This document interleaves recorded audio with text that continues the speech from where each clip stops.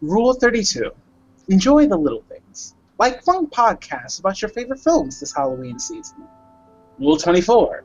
Use your thumbs to go to patreon.com/evacstation.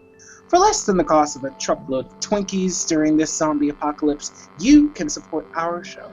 We're like your one buddy out here amongst the horde of flesh-eating freaks. Again, that's patreon.com/evacstation. And remember, a little sunscreen never hurt anybody. You're all gonna die screaming. All we wanna do is eat the rain. We're not unreasonable. I mean, no one's gonna eat your eye. All we wanna do is eat the rain. The clock has struck midnight, and you know what that means. It's terror time again, and we're running this podcast all through the night from a terrifying sight. Hey, I got the Halloween intro right this time. Hooray! And Yay! It's time to nut up or shut up this week. We've got a fun film, and I am Des Moines Waseska, and with me today I've got Chicago Metters. Yo! And I've got Icy Ketchum. Is it, I see what? it was either that or Iowa City. I'm like, Icy just sounds better. It's like a rap name almost. Yeah, I like Icy Ketchum, yeah. Yeah, it's like I'm like an extra member of Insane Clown Posse. Oh, good God. I forgot that they existed. I never thought we'd get an Insane Clown Posse reference in this podcast. Well, there we go. Boom. So the Juggalos. All right. And if you want to reach out to us about non-Juggler related comments and concerns, you can always go to patreon.com/evacstation. You can also go to our various platforms of choice, including iTunes, Google Play, Peepa, Stitcher, TuneIn, Podcast Addict, and of course, YouTube right here, right now. And you can also reach out to us on Tumblr, Twitter, and Facebook directly. Tell us what your favorite zombie movies are. Even, tell me a little bit about Juggalos in your part of the neighborhood. I don't care. Just a little something. Have some fun. Have some fun. And if you want to reach out to us directly, you can also reach out to us our email. Ryan, what is that email? That email is, it had to be fucking clowns. Excuse me. That's evacstation@gmail.com. Indeed. Why don't we go on to our first segment here, which is What You Watching? Gentlemen, what have you been watching? I just stumbled across the show on Hulu. I'm a big urban exploration type of watcher, and I like checking out any shows that are about that. This show called Abandoned. It's this dude must be like a Canadian skater because it's a Canadian produced show, and so like in Ohio in the early 70s and through the into the early 2000s, there was a huge like shopping mall, like gigantic malls going up all over like Ohio, across America, but Ohio especially. And now they go through them and they're completely abandoned. They, have just been left for ruin. And so it's really kind of cool to see this, kind of see how this, how people just turn their backs on these buildings. And we're talking about tons of square footage and just left behind. And he does different areas of the country, and it's really interesting. I suggest it. Nice. Very interesting. That's cool. It's cool. One I just watched goes through like abandoned towns, like ghost towns, where people had to like evacuate because of certain different reasons. It's quite interesting. Good stuff. Good stuff. I know I've been keeping an eye on the various like shopping malls around here for like abandoned stuff and whatnot. And like I was just walking through Valley West the other day, which is like a local one here. And, like, the whole top floor of this 2-floor mall is, like, half empty. It's ridiculous just how many things are gone on top of the big department stores. It's ridiculous. Oh, man, there's one I'd really like to see that they go in, these urban explorers go through Neverland and have taken pictures of it. And it's kind of the same situation where it just pretty much people just, like, turned the lights off and just left everything as is. And it's incredibly spooky. Interesting. Interesting. Yeah, that sounds fucking terrifying. Hell yeah. Sounds like a less extreme Chernobyl documentary series. Right. Ryan, how about you? How's your week been? My week has been pretty good. I took a bit of a hiatus from the horror genre to get some comedy in my life, and I recently watched Hassan Minaj's comedy special on Netflix, Homecoming King. It's really, really good. I'm not super familiar with his work outside of The Daily Show. I haven't gotten to watch The Patriot Act on Netflix as well, his recurring show. But I wanted to check this out, and it's actually really, really good. He's very, very funny. A little over the top for me at some points, but I like that he mixes the comedy with like really prescient, like important stuff about being a minority in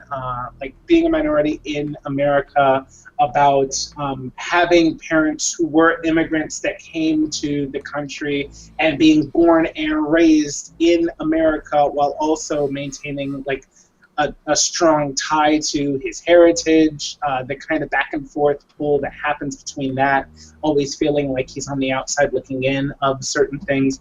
It's really, really good. It makes you think a lot about what our society is currently and how we can always be better, while also making you laugh your ass off. So if you guys are looking for something to make you feel good and make you think, I would definitely give it a listen. I feel a little shameful because you both watched some very insightful stuff this past week, and I have watched nothing but trash. To be fair, I have two quick updates for you guys. I'm not going to do anything too deep and too divey because we have two big films we're talking about this week that I think are going to be worth longer discussions. So I'll be quick. So two things for this week. First off, I have another video game, but Beau, this actually might be something you might be interested in. It's a small little indie game called Overcooked 2. It's a little co-op game where you and up to 3 buddies can basically run a kitchen and make food. Hey! That's like fucking Cooking Mama, yeah? Wait, well, the actual food making is less extreme than Cooking Mama, I think, but the actual, like, getting the orders out and getting everything put together is more extreme because you're on a very short time limit and you have to get as many orders out as you can before you, like, start losing points and stuff. I've done the solo mode a little bit just to try it out. I've hit a wall, though. I can only get so far playing myself before it's, like, impossible for me to navigate that kitchen, realistically speaking. So it's stress-inducing, but a fun kind of stress-inducing. I really enjoy it. If anyone likes cooking and puzzles, it's not a bad way to spend some time. On top of that, I've also, after like maybe 2 or 3 months of not... Actually, it's been like 3 months, maybe, of not reading this series, I finally got back into One Piece because I took a bit of a break myself. I noticed that in the newest, like, arc of One Piece, Ryan, where they're in the Wano country,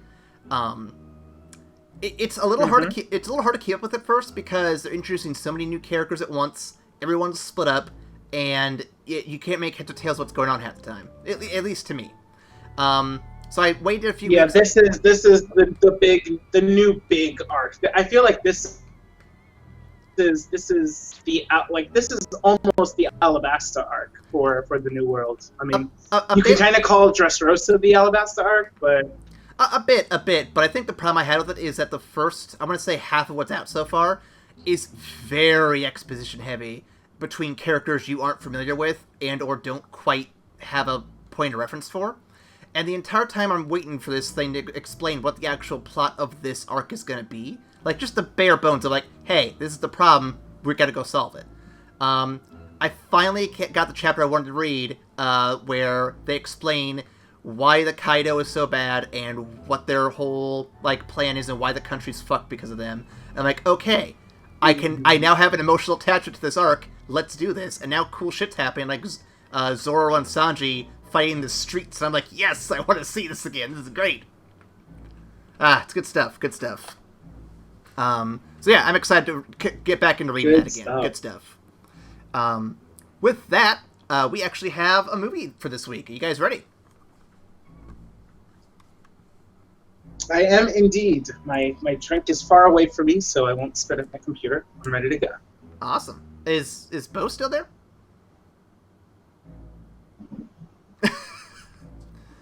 Is Beau dead? Let me bring up that window and see. Well, it says his face is still in like the little chat window, so I assume he's there, but maybe not. Isanka, you're dead. Maybe he's like just away from his phone for like 2 seconds. Well, while Beau's away, I will go ahead and go the introduction here. Welcome back to Corpse Party, Terror Time Season 2, and make sure you check your back seat before we ride over to this week's film, Zombieland, released in 2009. Written by Rhett Reese and Paul Wernick. Rhett Reese is a hard name to say really quick. And directed by Ruben Fleischer. This film grossed a worldwide total of $102 million, which is about 4 times what it cost. Actually, a little over that, which is pretty solid. That's actually really good, because the zombie effects in this movie are actually pretty damn good. Indeed. I will say that the other film we're recording tonight, I think it's a bit better there, but we'll get into that. 100%. Yeah, we'll talk about that later. The cast here is a small one, but it's a good one. I have Amber Heard, Bill Murray, Abigail Breslin, Woody Harrelson. Breslin? Okay. I've never heard it, so I had to guess. Woody Harrelson, one of my absolute favorites. Emma Stone, my other absolute favorite.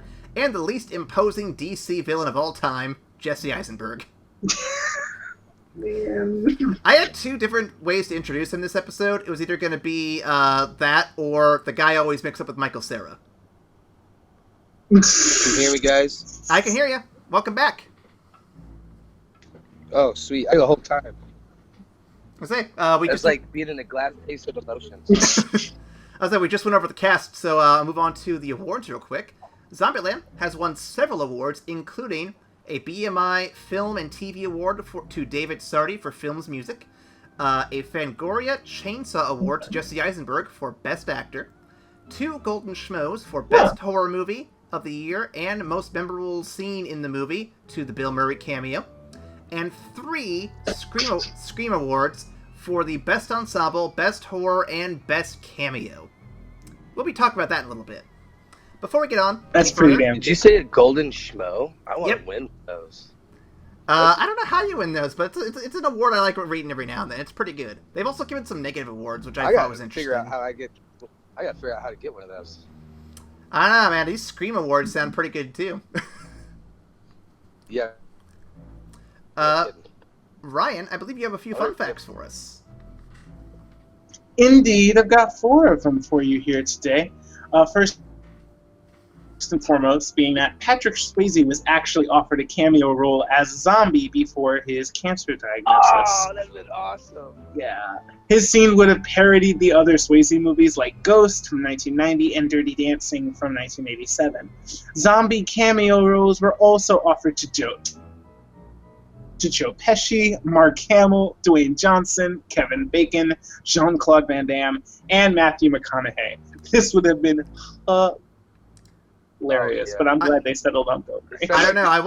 I would have been down for Matthew McConaughey just coming out as a zombie. He's like, "Hey guys, I'm all right." That'd be awesome. Oh. Next up, contrary to popular belief, the supermarket scene was not filmed at an actual supermarket. A movie set was built from scratch to look like a real supermarket, and some of the merchandise is fake. For example, the stuff behind the glass refrigerator doors is actually just printed on paper. Now, according to the producers, it was cheaper than actually buying out a supermarket and paying them for the broken merchandise. So kudos to the props department. Yeah, it looked pretty damn good. Nice. Most impressive. Right. Now, next up, the Zombie Kill of the Week was actually left over from the script's origin as the television plot. Every weekly episode would have had a Zombie Kill of the Week performed by characters on the show, which I think is a fantastic idea for a television show, a weekly episode type thing. That'd be kind of cool. I think I read something about how that's still kind of in the works somewhere, but I think it's held up in production hell or something. That'd be great. That'd be a good show. One day. Last but not least, a really quick one. Twinkies are actually called Submarine. Latinos in Mexico. Think. Wow, interesting. They're fun facts. They're not long facts. They're fun facts. I like that one a lot, though. I saw that when I was going through the list. I'm like, this has to be in there. I don't care. All right, so let's get some initial thoughts out of the way before we jump into this one. Beau, why don't you go first? What are some initial thoughts for you?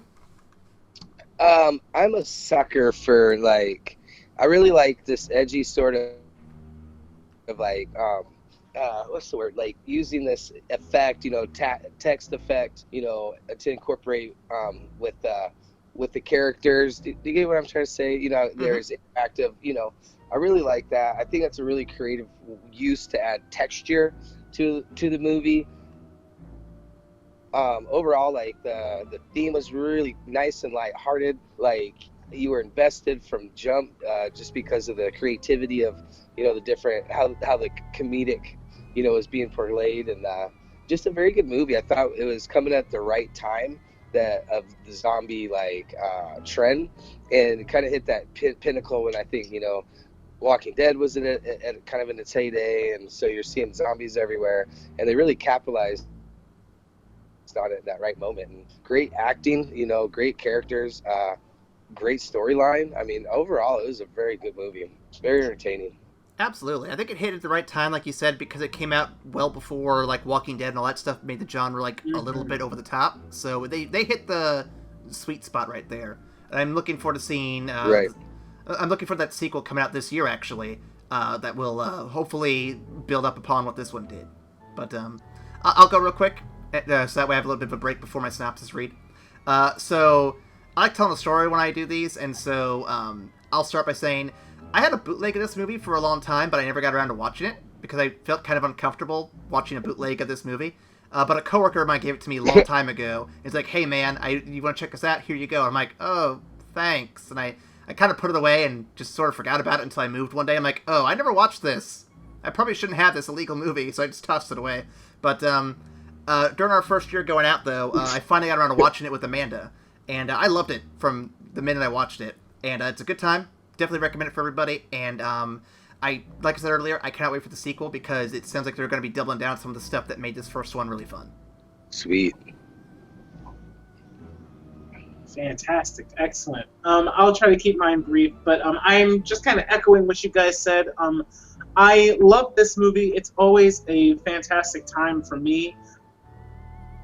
I particularly like how they're able to do like really good zombie effects and keep the zombies feeling like dangerous, but also refrain from taking itself too seriously. Like, the zombies are scary, but at the same time, everything is fucking hilarious.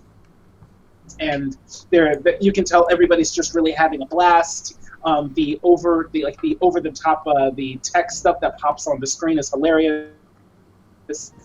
And Jesse Eisenberg and Woody Harrelson are really just a comedic duo that I always enjoy. Like, every time I see them on screen, I know I'm in for a good time. So we'll get into more of it. We'll get into more of what I like later, but suffice to say, I love this shit. And I'm glad we did it for the zombie.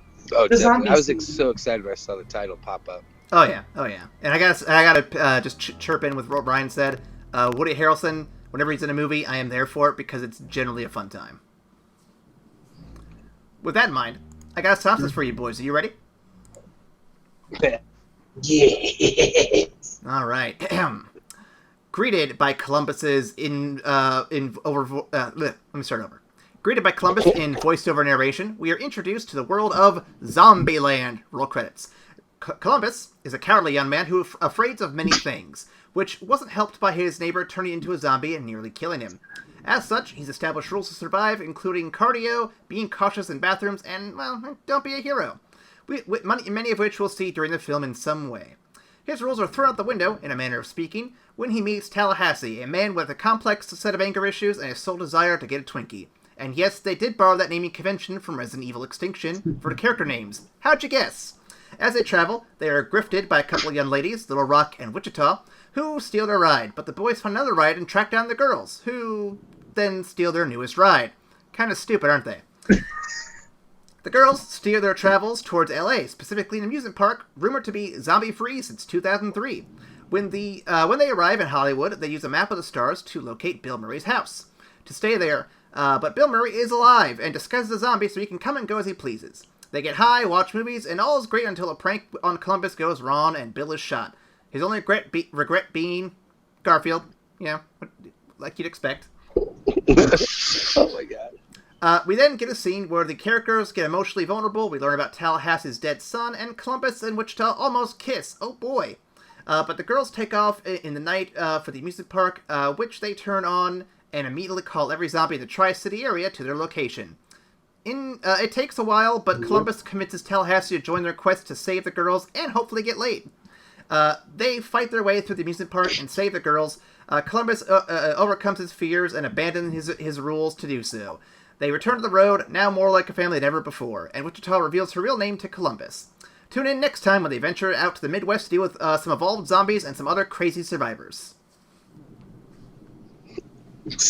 Nice job, man. I try. It was pretty straightforward, so I threw a little flair in there. Little flair. Yeah, It's good. It's good. Shit. I didn't write down a bunch of discussion questions for this one. I thought I did. Must not have saved. Got them all for the... Well, I got them all for Train to Busan. I thought I wrote them down for this one, but I guess I didn't?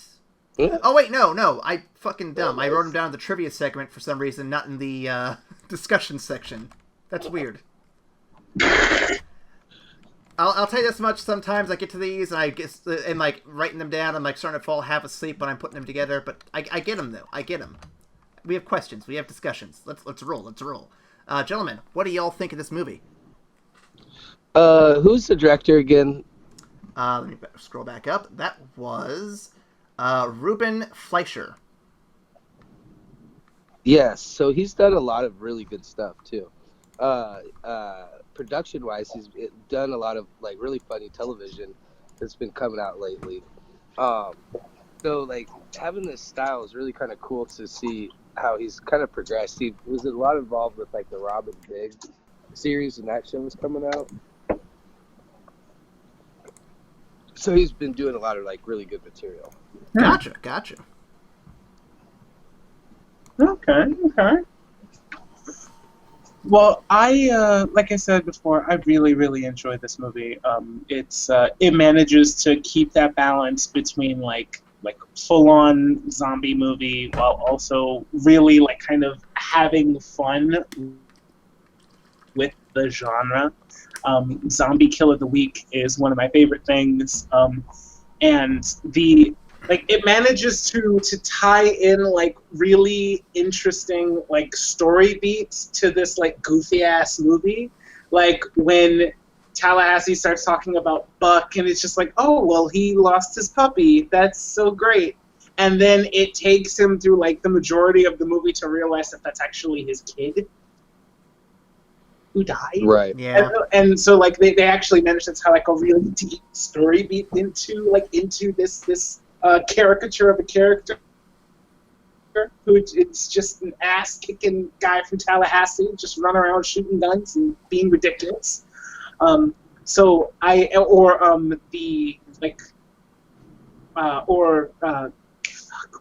Wichita's like deep-seated trust issues, like on top of it just being a big little sister like grifter team that's just constantly outwitting the boys. Like you get the sense that they went through something real bad, and that's Right. why they don't like trust anybody. It's just them two from here on out.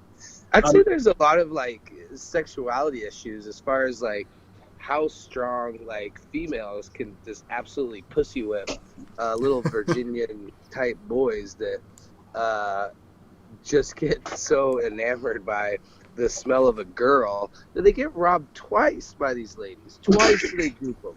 Like, how stupid can you be? Like, they're not, like, this is the dude, he's Ducky from 16 Candles, you know what I mean? Just absolutely hoping that, like, waiting for that vulnerable moment that he might get to touch her boob randomly. And they just sit there and fuck with them the entire time.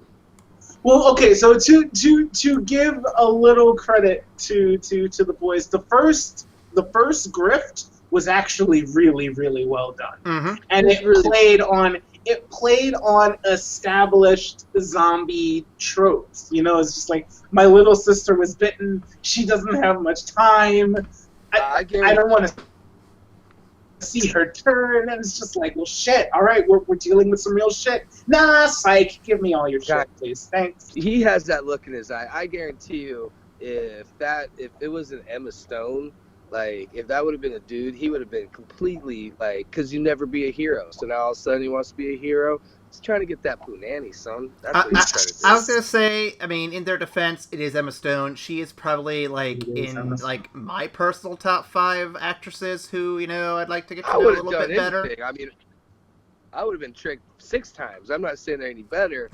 I'm just saying women are bullies, and it's not fair that they can do that. Yeah, no, I don't disagree. But yeah, no, I think that it's definitely a good dynamic the four of them have together, and I just really like how it all plays out. Like, if this cast had been any bigger, in terms of its main group, it would have been much harder to find that good balance. But I think with just these 4 alone, they did a really solid job, and I love just what they ended up coming out with. No, they're all 4 of these actors are absolutely rock solid. Like, obviously Harrelson, very well respected. I've always liked Jesse and the stuff that I've seen him in. Granted, I haven't seen him as Lex Luthor, but I did that on purpose. That wasn't his fault. I'm not gonna blame Jesse Eisenberg for Lex Luthor. I mean, that's a whole different discussion, and we covered it in other podcasts before. But like, damn, I mean, even you got to know when you don't fit for a role. Mm-hmm. Like, damn, bro. But I mean, he did very good. Even, obviously, I'm kind of waiting to I'm beating around the bush because I really want to break down the Bill Murray scene. But like, from start to finish, and like, I would have loved to have seen a little bit more like celebrity like cameos. And I wonder if like the production, if they did like kind of an open call to any like A-list celebrities like Matt Damon, like, I bet you like they had agents on the phone trying to get anyone they could to appear in this movie. Well, what's funny is I was reading ahead for the next movie, and it sounds like Dan Aykroyd's going to be in that one. Oh, no way. Oh my god, if he's hunting down the people that killed Bill Murray, I'm going to lose my fucking mind. I don't know the plot yet, but just the fact that he's there puts me in a good mood. Yes. Oh my God. That man's batshit crazy himself. Now I wonder if they were having trouble getting cameos because like the script was kind of like indie and like not really like, it didn't have like a lot of like not necessarily star power, but like it didn't have like a big impact, like it became a fantastic movie. But before that, I don't think anybody was really beating down the doors to come see Zombieland. Right. So I think now with Zombieland's resounding success, sure, if they put out those feelers for more like fun cameos, I'm sure they're going to get a lot of other people that are willing to take a day and film a scene for fun. Yeah. It definitely sounds like a fun project that you'll pull celebrities on just for the idea that, oh, hey, this celebrity can have fun in a movie. Like, right. Well, I mean, and you get that taste when you first see Bill Murray as a zombie. Like, you're like, oh yeah, like this is hilarious. Like you'd see like at the time, Walking Dead would always have like some sort of reference zombie that you could find, and this was like really cool to see like such a blatant like reference of like, oh shit, this man's dead. Like, I can't believe they're playing this off. I can't believe Bill Murray agreed to be a zombie. And then of course like the comedic part of the reveal of him just doing that, and it's like, oh yeah, that is kind of clever. But well, it reminds me in the face with a shotgun. It reminds me of a cameo, I guess you can call it a cameo, in a movie that I really liked back in the day, and I know it has not aged super well, but I think it still has its merits. Have either of you guys seen Tropic Thunder? Oh yeah, Yeah. Yeah, well, I mean, for as problematic as some of that movie is, you can't deny the fact that that's probably one of Tom Cruise's best moments, just because you don't even know it's him. Like, he's fucking crazy in that role. It's great. Like, Oh yeah, that that is one of the best cameos of all time. Like, there's so many people I talked to about that movie. They're like, I didn't even know that was Tom Cruise until after I watched the credits. mm-hmm. And he did such a character outside of him. But And the worst part, about that too, scene, the worst part about that too is every other movie I've seen Tom Cruise in, I can tell it's him. But that's the one movie I've seen him in where he melts in the role, and it's like, okay, do more of this, and I will be a much bigger fan of you, Tom Cruise. Come on, do it. well, like that scene showed such a cool you think, man, is he a lot cooler than I thought he was? Because to act that much of an asshole, he really put himself out there for that role, and kudos to him on that. Yeah, I mean, it was roles like Tropic Thunder and Edge of Tomorrow that really made me think how good an actor. Tom Cruise actually can be a good actor. If he isn't in one of those typical Tom Cruise roles where you're just expecting him to be ridiculous and all action star nonsense, but if you give him something that he's completely not known for, he can actually rise to the challenge. He can be a smarmy little weasel that's trying to get his way out of military service, or he can be an asshole agent that's just absolutely ridiculous with the "fuck your own face" yelling at the phone. So he's got some range to him. Mm-hmm. Mm-hmm. I just want to see actors of that caliber playing zombies in future films, because I think that would just be hilarious, and you could argue it a misuse of talent, but it'd also be just a fun little jab at the whole celebrity clout thing. I think Matt Damon as a zombie, and I could totally see Matt Damon being able to be that guy to where he could show up for a day in zombie makeup for a few days on set and roll out and just make a very good experience of it. He seems like that kind of cool of a guy where a Mark Wahlberg, you could never get him to do anything sort of like that. Yeah. I mean, they got Matt Damon to cameo in Thor Ragnarok, so I definitely think the precedent's there for it. Sure. Yeah. We'll have to see who shows up in Zombieland too. I'm excited, very excited to find out. Okay, so I mentioned this earlier at the top, and then Beau was kind of out, so I'll ask this again, and maybe Beau can answer his thoughts. Am I the only one here who routinely confuses Jesse Eisenberg for Michael Cera? Yeah, if I wasn't such a big Arrested Development fan, yes, I could totally see that these two are the Gary Busey and the Nick Nolte of young actors. I don't think either of them are nearly that cool. But I think, it's interesting because I come from the opposite side of the spectrum, because I know Jesse Eisenberg primarily from The Social Network, which is to this day one of my favorite movies. So I'm a big fan of Jesse Eisenberg's work. Oh no, I'm not. And I didn't get into Arrested Development, so I know who Michael Cera is. But if I were to pick Michael Cera or Jesse Eisenberg, I'd be Eisenberg. I agree with you 100%. Eisenberg had a certain edge he brought to the character that I don't think Cera would have been able to bring. He's got this real sardonic quality, this kind of this acerbic hint to his comedy. There are points where he can play the coward and the nerd that you can tell is a virgin by hearing him speak 3 words. But when he turns it up, his comedy can get really biting, and it's funny. It's hilarious when it comes out of him.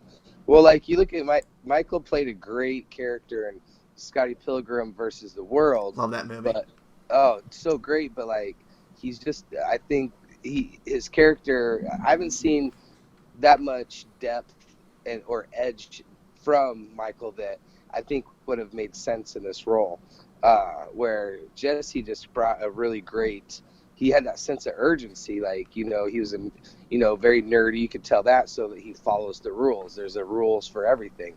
But being the fact that he's surviving all this time, he has that certain touch toughness to him that I think really came off really well, and I don't think really anyone else could have pulled it off the way he did. Yeah. Oh, no, not at all. Okay. So this is a slight tangent. I'm sorry, this is a slight tangent, but I hate to keep going back to a beating drum, but I think Michael Cera and Jesse Eisenberg have a similar danger of being typecast and being like put in the same fucking role. Yeah. Like Yeah. all of Michael Cera's roles like pretty much fall into like one person, like with just different outfits on in slightly different situations. Right. I feel like Jesse Eisenberg, he does have some range to him, and he's made more of an effort, or at least he's been more successful in trying roles that are outside of that like slot that he can easily fit into, which is one of the reasons why I think he kind of jumped at the Lex Luthor role, like just as a kind of a way to kind of get out of this thought that everybody else had of him. Wasn't successful, but I appreciate the effort that he was taking, and I kind of look at it as his attempts to not be typecast. That's about the only thing you can appreciate about is. I know. I'm sorry. We can move on. It came to me, and I wanted to agree put with that you. out there. Like, I guess you miss every shot you don't take. But crap. That's very true. That's very true. My next question here actually relates to Jesse Eisenberg's character a little bit. Are Columbus's rules overbearing, or do you think they really are essential for survival in Zombieland?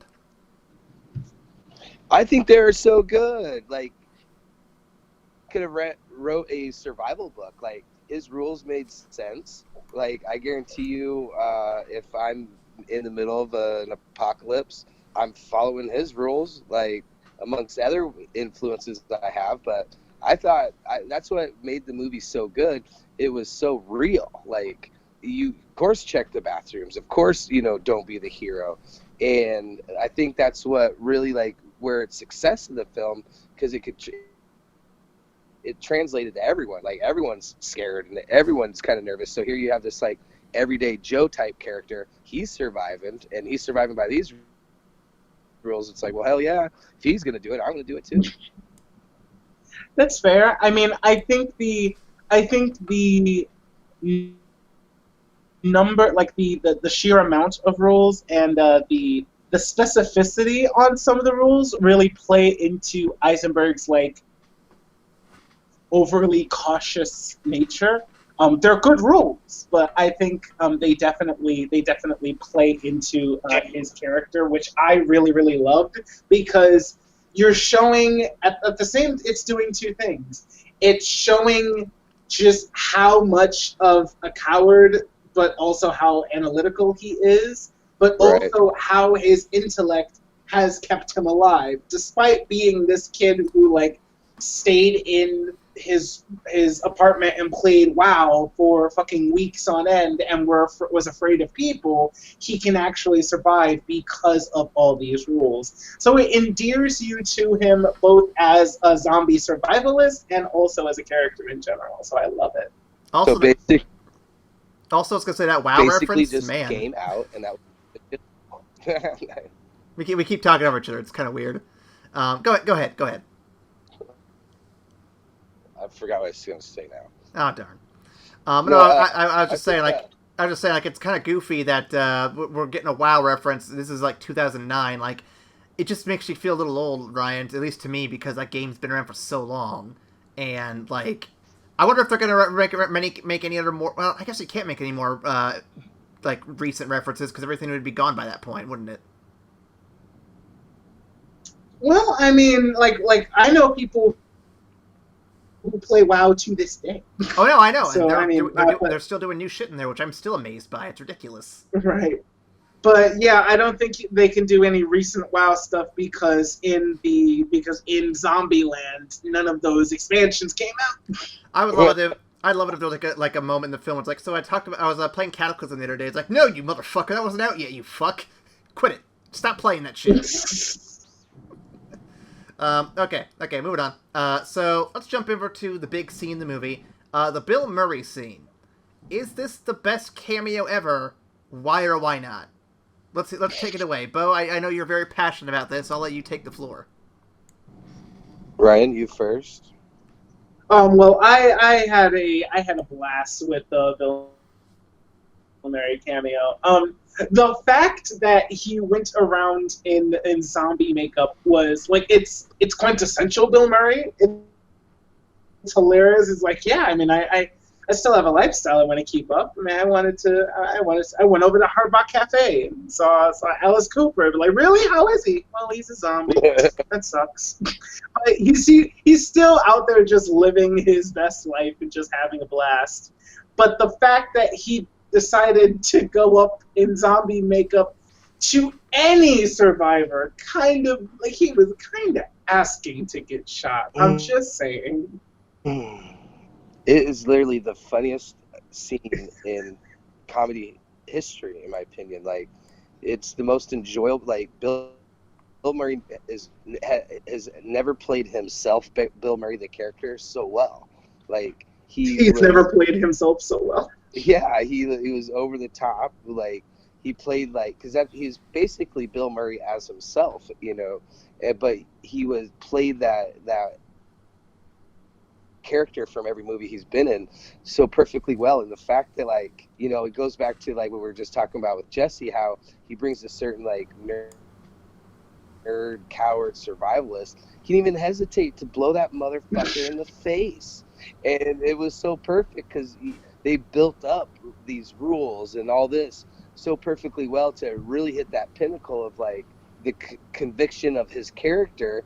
And he's been showing us that he had this type of like hair gun sort of like, I'll shoot anything that moves, you know, to make sure that I'm alive. And so the seconds before that, where Bill Murray gives the check this out, and you're just like, what could holy crap, this just happened. And then you realize Bill Murray just got shot in the face and he's not in the movie anymore. And the movie goes on, and you're just like left in this wake of complete awe of enjoyment. Yeah, no, I 100% agree. I mean, it was so kooky. It was quintessential Bill Murray. I had a blast with them, and it was so unexpected. Not only like while they're in LA and they're like, no, we're gonna go to the top of the A-listers and just be in their mansion. And it's fucking Bill Murray. I'm like, all right, that speaks to Tallahassee's character. Of course, he's a huge Bill Murray fan.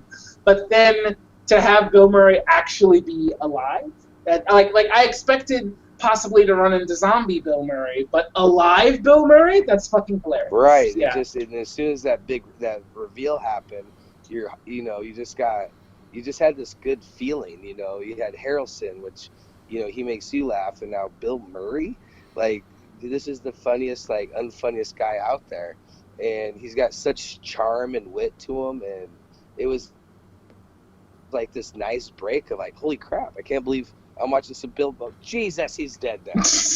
Well, and they built up to that cameo too. Like, it wasn't just like, oh hey, here he is already. They what they did. They had him like in the bed, slowly waking up, and you're thinking he is going to be a zombie. Like they were really clever with how they built up to that scene. Like it was not wasted by any means. And like what I really liked about, you know, the first two seasons of Walking Dead, there's always this suspense of like, no matter what was going on, no matter what conversation was happening, you always felt this certain urgency that a zombie's going to break up at any given moment. And that's what really made those first two seasons really well. And that's what they really did really well in this movie, is that no matter what, during even the comedic scenes, there's always that like sort of urgent nature of like, okay, look behind your back, look over your shoulder. And so when the first part of that Bill Murray scene of like, oh, whoa, you know, it had that certain urgency of like, oh crap, like, you know, of course he's dead, you know, this makes sense. And once that reveal happens, you just get that, you know, kind of that rush of coolness. And I also want to add too, so to kind of answer the question a bit about best cameo or not, I would say that this kind of is up there for me in the upper echelons of cameos in films overall. It's a tough call between this and and you can call me on this one if you want, but I still really enjoy that one cameo in Guardians of the Galaxy 2 where Stan Lee is a Watcher, and it's like, that's pretty cool.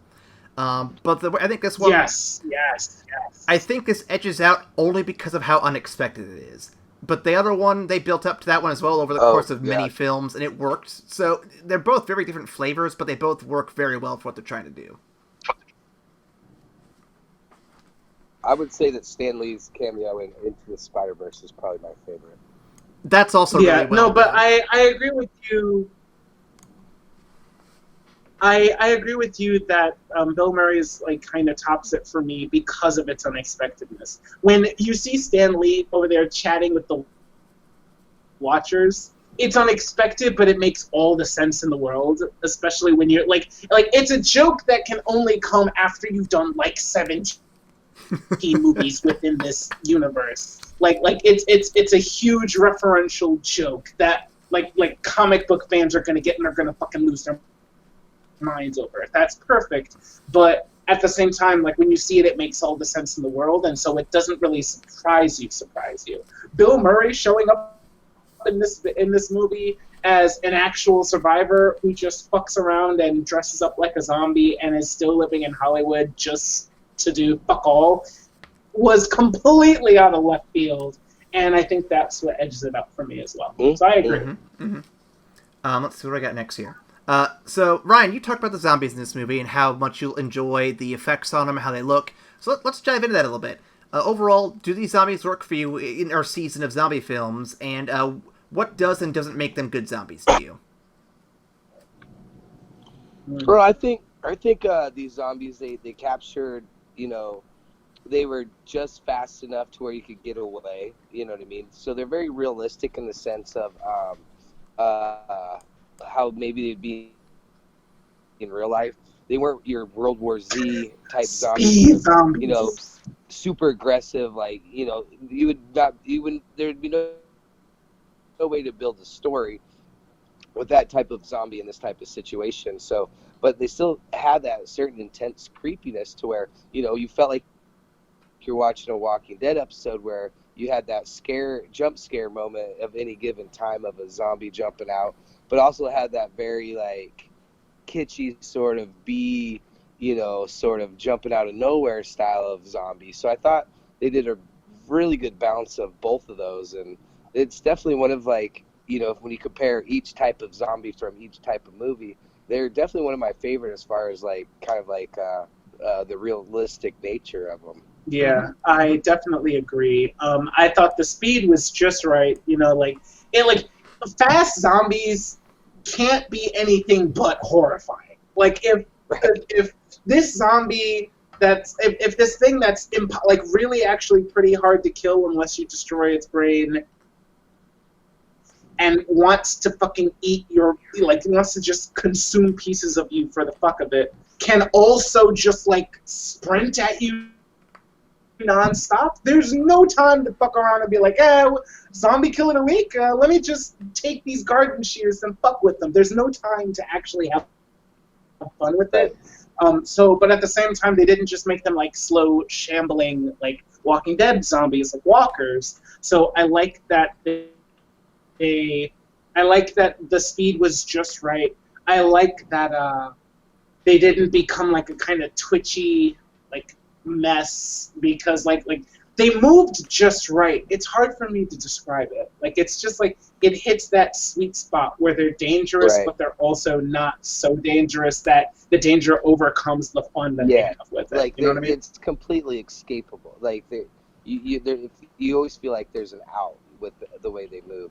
And I really like the way that they these had a certain comedic value to them too, that I thought was pretty nice. Mm-hmm. Mm-hmm. I mean, the best the one of the golden moments in the movie for me came first because he was explaining rule number 1 is cardio, right? And then he you see him trying to find a bathroom, and these zombies start running at him.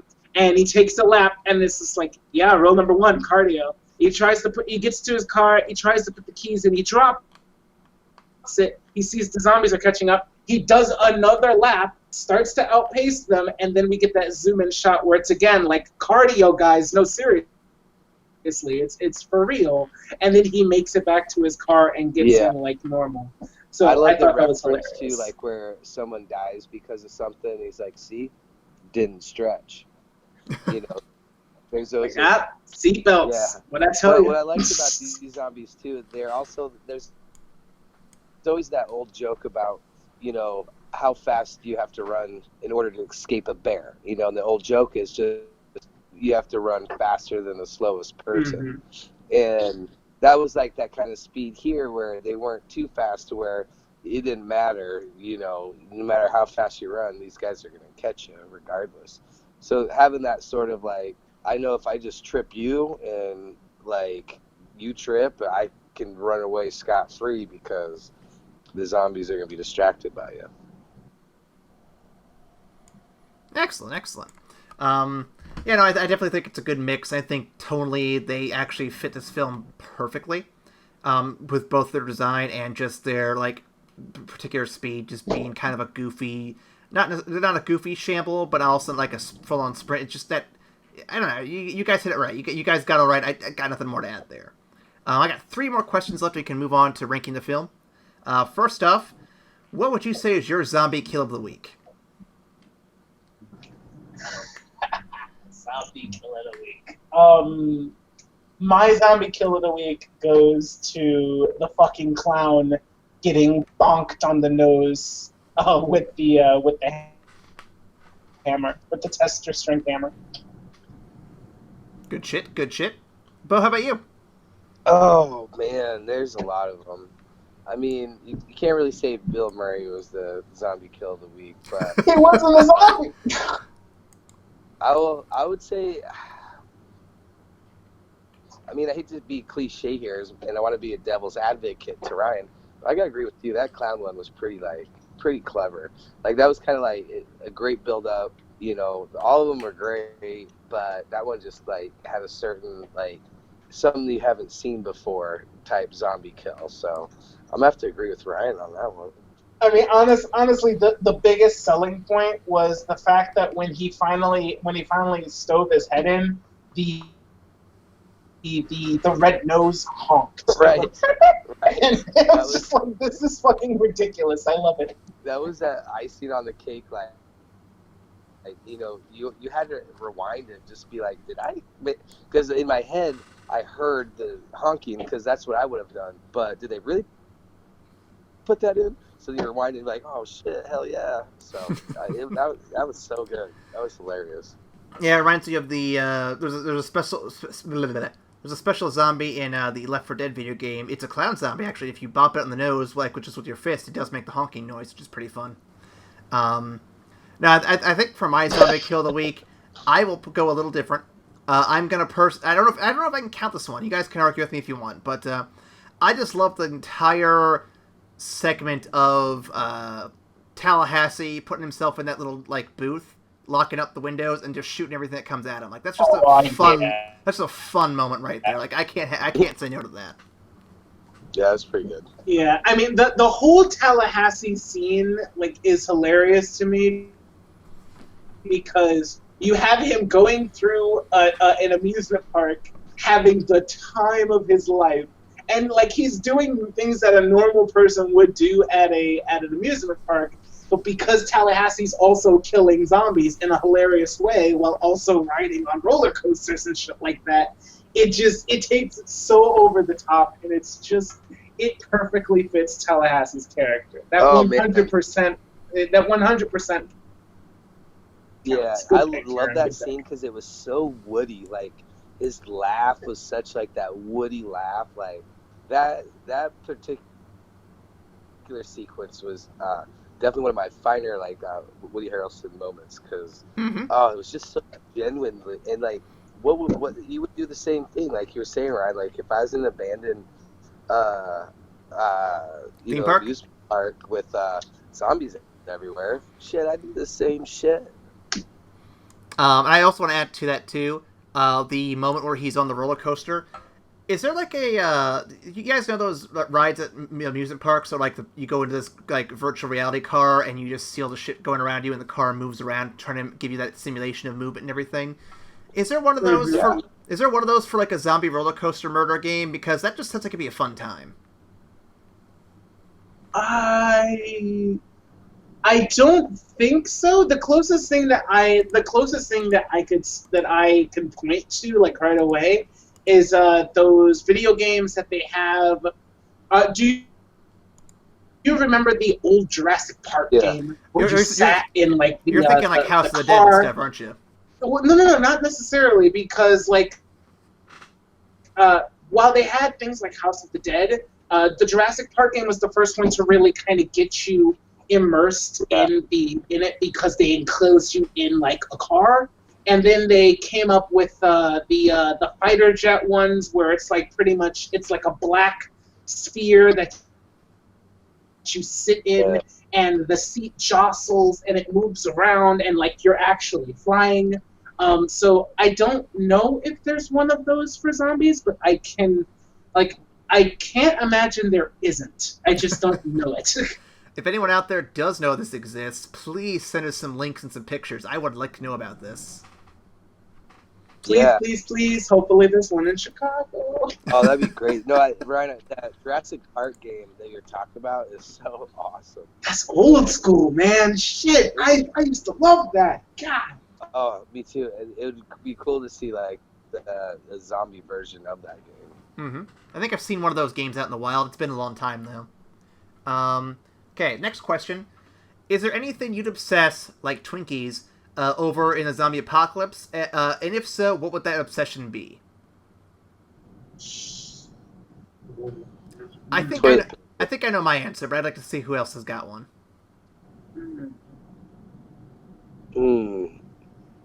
Oh, shaving my head. That's my like biggest worry about the zombie apocalypse, because I shave my head every day because my hair is so dark. As soon as it grows like 1 or 2 days, you could definitely tell that like my hairline. And eventually, my biggest fear is I'm going to look like a creepy principal. And you know, when there's a zombie apocalypse, you're not going to be able to like waste water and waste razors. You don't want to use that stuff. So I'd be like definitely obsessed with like moments I could like shave my head and masturbate. and I'd be really worried about like hooking up, because like once again back to that necessity thing, you wouldn't necessarily be able to brush your teeth all the time. So there'd be a bunch of like funky breath motherfuckers like making out and stuff. And that's just I'm not cool. My worry about hooking up after the apocalypse is what the fuck you gonna do about contraception? Because I don't think there's gonna be like a whole bunch of like condoms out in the wild. Well, Ryan, you just pull out. A baby makes survival like infinitely harder. Ryan, you have to pull out. Dude, no. The idea of Judith, I absolutely hated that. Like, to know that you would have, like, a newborn baby in a zombie world, I would have tossed that baby to the zombies, dude. Because those babies cry. You don't even know when they're going to stop crying. You can't toss your baby to the zombies, bruh. I mean, who's going to stop you? The baby? I don't think so. Oh, my God. Right. I know the baby's not going to stop. Horrible people. Just god-awful. Okay. So Ryan, you had an obsession? If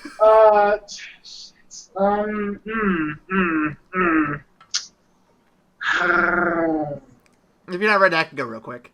You go. I'm trying to narrow So this is going to sound a little stereotypical, but I'm going to say batteries, like little AA, AAA things. For a couple of reasons. One, I like to listen to music, and not having something to listen to music on would drive me crazy. But also, two, I would probably have an old school Game Boy somewhere. No, listen. I'd also have an old school Game Boy on me somewhere, and like if I could find batteries for it, I will set aside time to just sit down and play it somewhere. I won't get much out of it, but like that hour of those batteries I'll get, good times, man, good times. Dude, that is such an errant thing to worry about.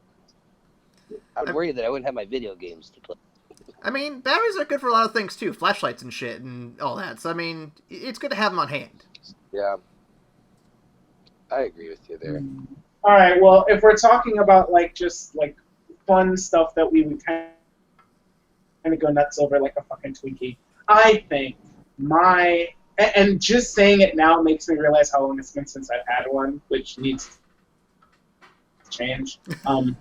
I would say mangoes. Oh, Oh my god. if we're talking, A good ripe mango Oh god, fresh fruit in general. is the greatest thing in the world. well, that's not, And if I saw like a mango somewhere, I would be willing to risk my life for it, probably. Oh, wow. I would say my mango. What your mango is to you, I'd say weed would be my mango. Somehow I feel like that'd be plentiful for a Yeah, while. If I saw a really beautiful marijuana plant, that'd be like my mango tree to you. You know what I'm saying? Make sure it's the Scooby-Doo strain, the Scooby Snack strain. That's a callback to our last week's podcast, folks. Indeed. Last question. So we know there's a sequel coming out here this year, 2019. What do you want to see in the sequel? What is it that you would want to go see that for? Hopefully they keep the same like comedic theme, the pop-up text. You know, I think a couple more rules. It would be like a nice callback without Definitely. like repeating like material or like doing the same joke over. And then kind of what we talked about early, I would love to see like another Bill Murray-esque scene, but more of like a real zombie type cameo of like an A-lister. I think would be really dope. All right. I would definitely say I'd love to see some more rules, and for them to maintain the self-referential humor that doesn't take itself too seriously. I think it might be a little harder for them to do that because of the popularity that it's garnered. I think it had a little more wiggle room because nobody really knew what the fuck it was going to be, and so it could just be anything it wanted to.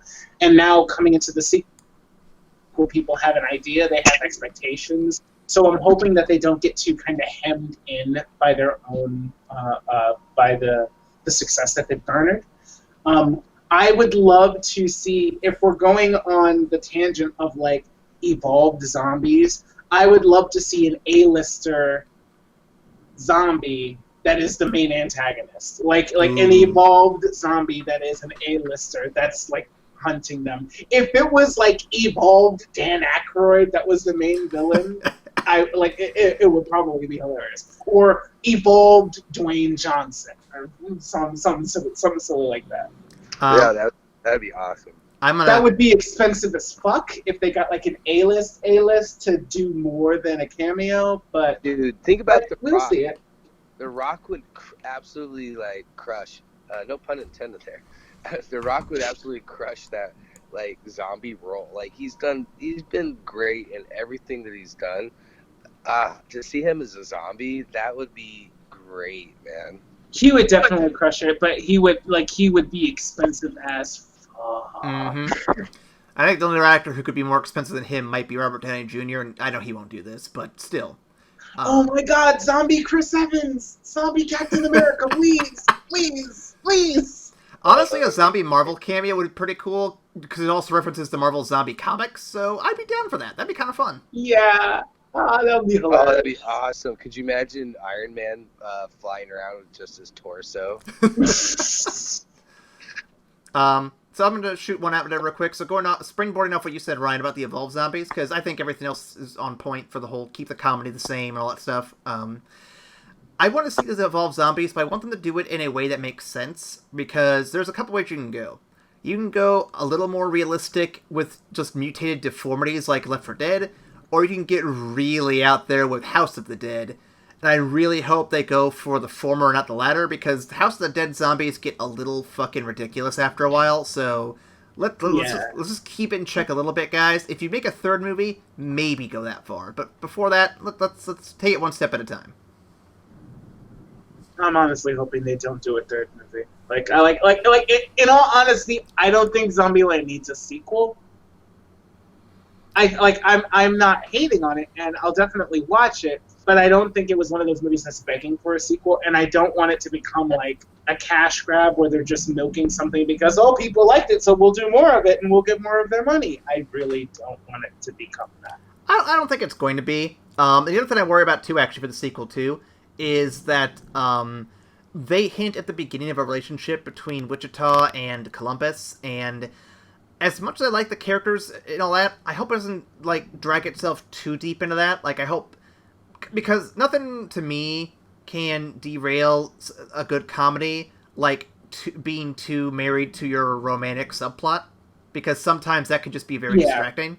Like, if you're gonna do it, fine, but make sure it's lighthearted and fun. Don't make the movie like too seriously in depth to it, because otherwise, I don't know, it could just kind of zap the energy and the fun of the rest of it a little bit.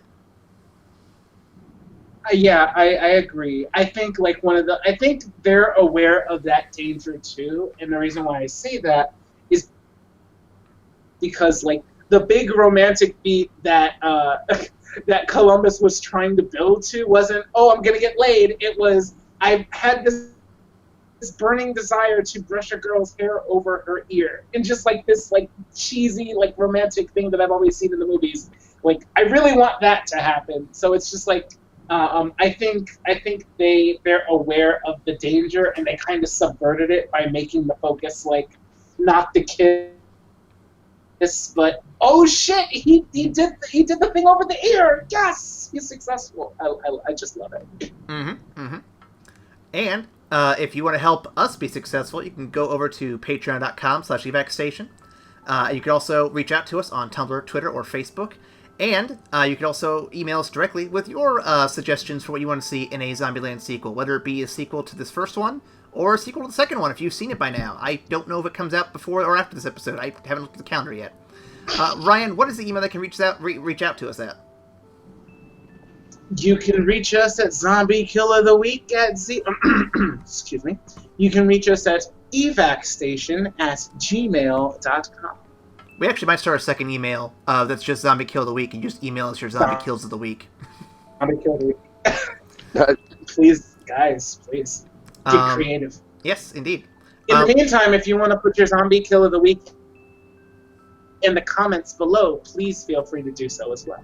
Indeed. Links are also appreciated. If you have a video that's like, hey, this is my Zombie Kill of the Week that I did in such and such, or that I saw in such and such. Yeah, we'll take it. Why not? Let's rank the movie real quick. I think we're all on the same page, but for formality's sake, where does everyone stand on this one? We're doing the ranking system for the Halloween season as bucket or fuck it. Gentlemen, where are you at? What do you think? This is 100% a bucket for me. This is classic. It's good zombie film. It's self-referential, just fun humor. It's a great zombie film that you can watch and feel lighthearted, as opposed to be scared or to watch the worst of human nature bubble out in like a sequence of like really dire straits. This is a feel-good zombie movie, so it's definitely on the list as one of the greats for me.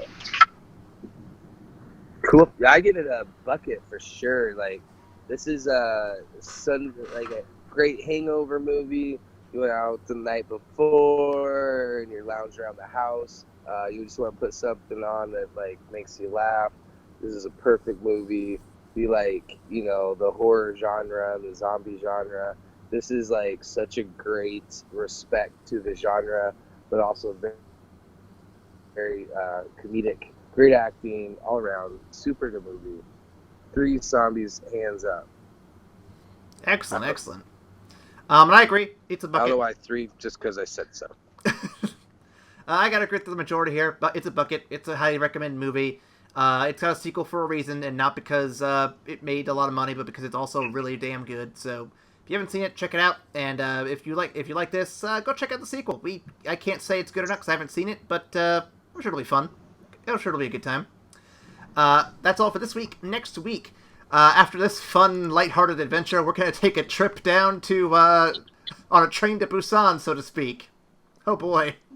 All aboard! That's going to be one total shift, I tell you what. Oh, feels okay.